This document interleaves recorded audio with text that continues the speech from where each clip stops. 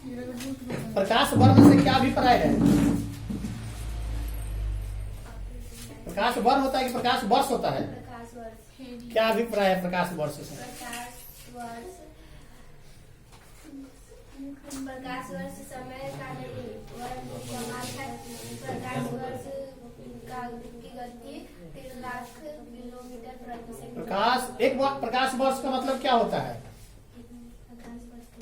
एक साल में प्रकाश के द्वारा तय की गई दूरी को प्रकाश वर्ष में मापा जाता है। सौरमंडल क्या है? सौरमंडल में 9 ग्रह है।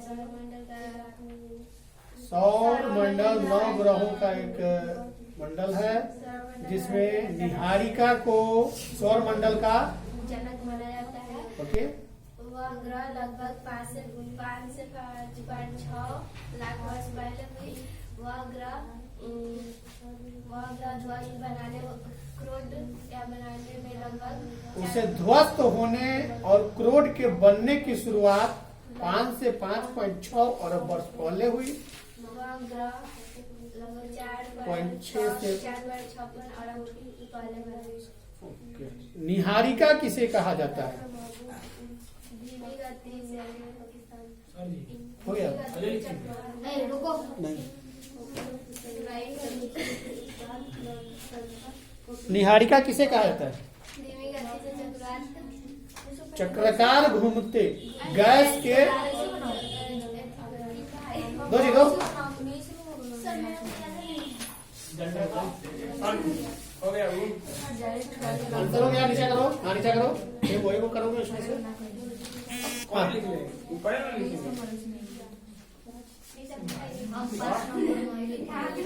बात नहीं।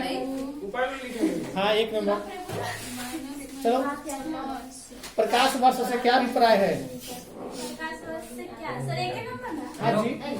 प्रकाश वर्ष का समय बात नहीं, बात नहीं। प्रकाश वर्ष का इधर रख के बुलाया हो सर। ये वो इधर रख लो, उधर रख लो।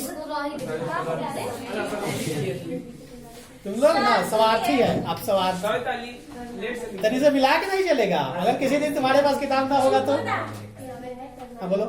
प्रकाश वर्ष समय का नहीं, वरना दूरी का माप है। ओके। लगभग 3 लाख किलोमीटर प्रति सेकेंड। बताओ, 1 सेकेंड में प्रकाश 3 लाख किलोमीटर दूरी तय करता है। 1 सेकेंड में 3 लाख किलोमीटर। अब सोचो, प्रकाश को अगर प्रकाश की गति से कोई वस्तु चले, जैसे गाड़ी हो जाए या गोली भी, कहने का अर्थ कि कितना जल्दी पहुंचेगा, उतना उसमें आदमी को पता चलेगा कि तुरंत। आदमी जितना नया नया चीज का खोज कर रहा है ना, याद करना कि जितना नया चीज का खोज हो रहा है उतना ही खतरनाक हो रहा है। जिस समय वायुयान का आविष्कार हुआ, लोग ने सोचा कि एक स्थान से दूसरे स्थान तक सुरक्षित जाएंगे। अब देखो, हमको लगता है कि 195 कंट्री है, किसी न किसी कंट्री में हर दिन वो क्रैश होता होगा, निश्चित है कि होता होगा। या तो हर दिन 100 लोग मरते होंगे। सौरमंडल क्या है? इसकी रचना कब हुई? 6.6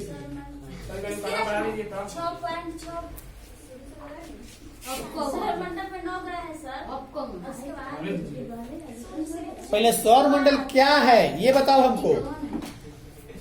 सौरमंडल क्या है? उसमें तो दिया है। हाँ ठीक है, बोलो क्या है? 9 ग्रह। यानी सौरमंडल एक ऐसा मंडल है जिसमें 9 ग्रह होते हैं। ओके, अगला बोलो। इसका जनक किसे माना जाता है? निहारिका को माना जाता है। उसके ध्वस्त होने व क्रोड के बनने की शुरुआत कितने वर्ष पहले हुई थी? 5 से 5.6 अरब वर्ष पहले हुई थी। 4.6 से 4.56 अरब वर्ष पहले बने। इसमें सूर्य तारा 9 ग्रह है, 63 उपग्रह है, लाखों छोटे छोटे क्षुद्र ग्रह हैं, ग्रहों के टुकड़े जिसको धूमकेतु कहा जाता है। बृहद मात्रा में धूल कण और गैस के टुकड़े हैं। हम लोग किस ग्रह पर आते हैं? हम लोग किस ग्रह पर आते हैं? शुक्र पर। शुक्र पर चली गई, पृथ्वी पर से शुक्र पर चली गई, पृथ्वी पर रहती है। सूर्य के जस्ट बगल में बुध है। पृथ्वी को 365 दिन सूर्य के चारों तरफ घूमने में लगता है। 365 दिन 8 घंटा लग जाता है, तो वही चौथा साल 366 दिन का हो जाता है। और जो नजदीक है बुध, उसको मात्र 74 दिन लगता है सूर्य के चारों तरफ घूमने में। अब सोचो, इतना नजदीक है कि उस पर माने जीवन बहुत कष्टमय है। इतना दूर हम लोग हैं तो सूर्य का प्रकाश लगभग 8 मिनट में पहुंचता है, इतना तेज निकलता है, चाहे इतना धूप लगता है हम लोग को, तो बुध पर कितना लगता होगा धूप। उसके बगल में मंगल है, उस पर कितना लगा होगा। पृथ्वी है, शुक्र है, बृहस्पति पर तो पहुंचता ही बहुत कम है, वहां पे तो सब बर्फ ही बर्फ है। अगला क्वेश्चन है, महासागरों की उत्पत्ति कब हुई।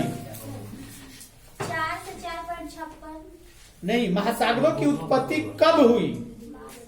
सर ये याद नहीं है, निहारिका से सुनो पहले। अधिक संघनन के कारण पृथ्वी पर अत्यधिक वर्षा हुई। मतलब संघनन कहने का मतलब जो वाष्प बादल था, यहाँ संघनन की मात्रा नहीं, ठंडक। जब वाष्प ठंडा होता है तो बादल बन जाता है, पानी बन जाता है, धरती पर आने लगता है। तो अधिक संघनन के कारण पृथ्वी पर बहुत अधिक वर्षा हुई माना जाता है। ये कोई प्रमाण नहीं है। पृथ्वी के धरातल पर वर्षा का जल गर्तों में इकट्ठा, गर्तों का मतलब वह गड्ढा। पृथ्वी पर अगर कहीं भी पानी गिराओगे ना, तो पानी वही जाकर रुकेगा जहां गड्ढा मिलेगा। कहीं भी गिराओगे तो जहां गड्ढा मिलेगा। आज भी बारिश होता है, आसपास के नदी नाला भर जाता है, जो गड्ढा होता है भाग वही भर जाता है। तो इतना ना बारिश हुआ कि पृथ्वी का वह भाग जो सबसे निचली स्तर था, गड्ढा था, वो पूरी तरह से भर गया, जिसको हम लोग क्या कहते हैं आज, महासागर कहते हैं। महासागर पृथ्वी की उत्पत्ति से 50 करोड़ साल के अंतर्गत बनी। यानी पृथ्वी की जब पृथ्वी की उत्पत्ति हुई तो से लगभग 50 करोड़ साल के अंतर्गत बने हैं। इसका पता चला है कि महासागर 400 करोड़ साल पहले पुराना है। आगे था वर्तमान, यानी कि आगे कौन सा था, ये हो गया है। ग्रहाणु क्या है, हो गया है। निहारिका किसे कहते हैं बोलो। चक्राकार घूमते गैस के बादल को, गैस के बादल यानी जो हवा में घूमता है बादल, गैस के गोला, उसी को निहारिका कहा जाता है। इसमें गर्म गैसीय पदार्थ धूलकण मिले हुए रहते हैं। यही कारण है, कभी ये महसूस करते हो, लोग कहता है कि आज बहुत गर्मी लग रहा है, लगता है कि पानी आएगा। हम छोटे बचपन में हम सुने थे, देखे भी थे, जब हम लोग पंखा झलते थे ना, ज्यादा गर्मी लगेगा, लोग कभी घर में से पेड़ के पास भागेगा, कभी जाकर स्नान करेगा। मतलब दिन भर में लगभग 5 बार 7 बार स्नान करना पड़ता था। उसके बाद नहीं रहा जाएगा तो कहता था लोग, आज कभी न कभी आज पानी आएगा तो आएगा। अब तब तक शाम तक देखा जाता था कि भंडार कौन से एकदम आ रहा है। कारण क्या होता था कि गर्मी जब होता था तो लोगों को एहसास हो जाता था कि पानी आने वाला है, वो आंधी लेकर आता था। दूसरी बात, वो धूलकण के साथ आएगा। कभी बादल आएगा तो आंधी लेकर आता है, धूलकण लेके आता है। और गर्म बादल आकाश में रहेगा तो वास्तव निश्चित है कि गर्मी लगेगा ही लगेगा, क्योंकि वो तो गर्म गैस का गोला है। जब धरती पर आएगा, वायुमंडल से निचले स्तर पर आएगा, तब ठंडा होने लगेगा, तब तो निशाब बरस जाएगा ना, तब तुमको राहत मिलेगी। क्योंकि धरती का जो गर्मी हो जाएगा, जो हम लोग को देखो ऊपर से धूप निकलेगा तो उसको सोखेगा कौन, धरती। और धरती सोख कर गर्म हो जाता है। और धरती का ऊर्जा जो है, फिर जैसे मौसम ठंडा होगा तो नीचे से ऊपर आने लगेगा वाष्पित। अब उससे क्या होगा कि हम लोग गर्मी लगेगा, और जब पानी होगा तो वही खत्म, ठंडा होने लगेगा। तो इस प्रकार से ऊर्जा का तो कभी समाप्ति होता ही नहीं है, किसी न किसी रूप में आते रहता है, जाते रहता है, आते रहता है, मतलब उसका नवीनीकरण होते रहता है। सर अब याद नहीं किए। और दो जी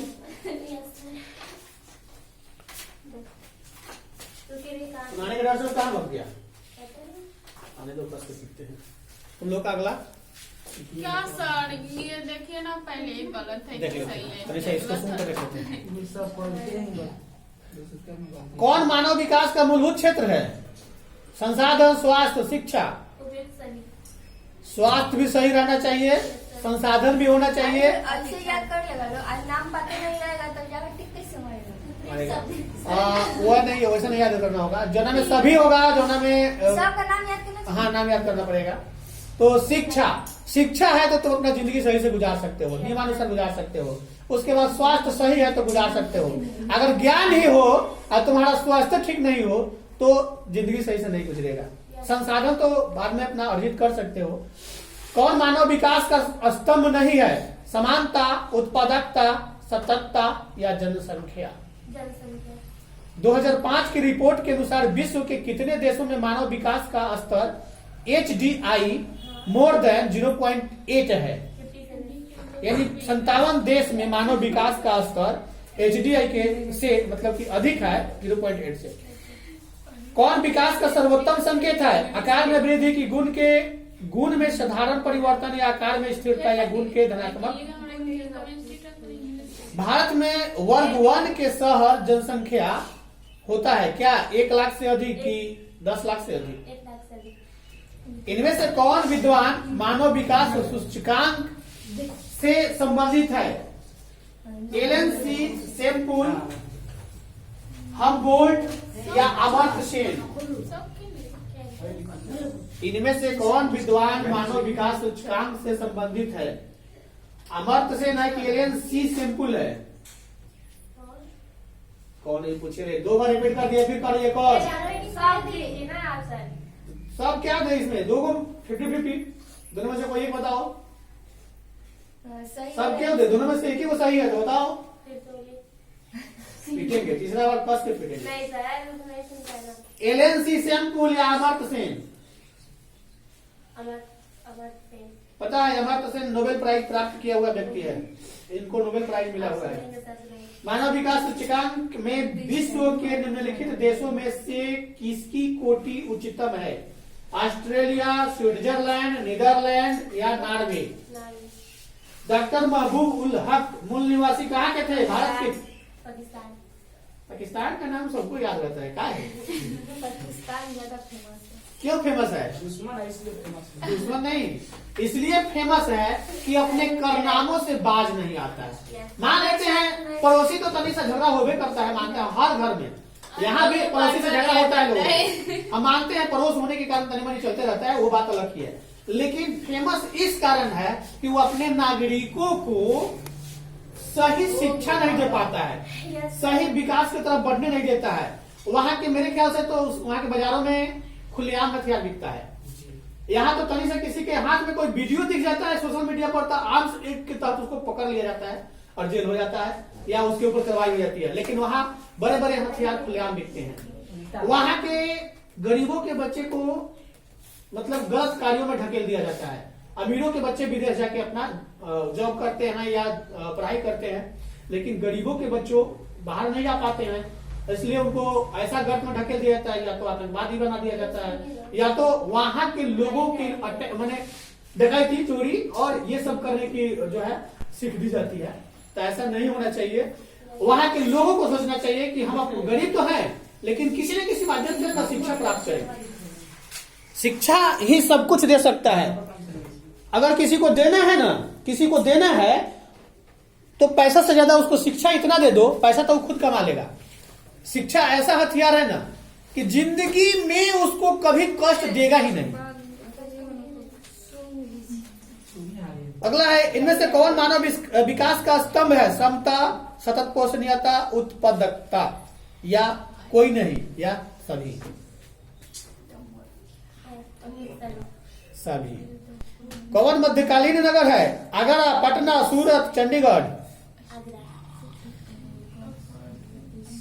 कौन सा देश विकासशील है?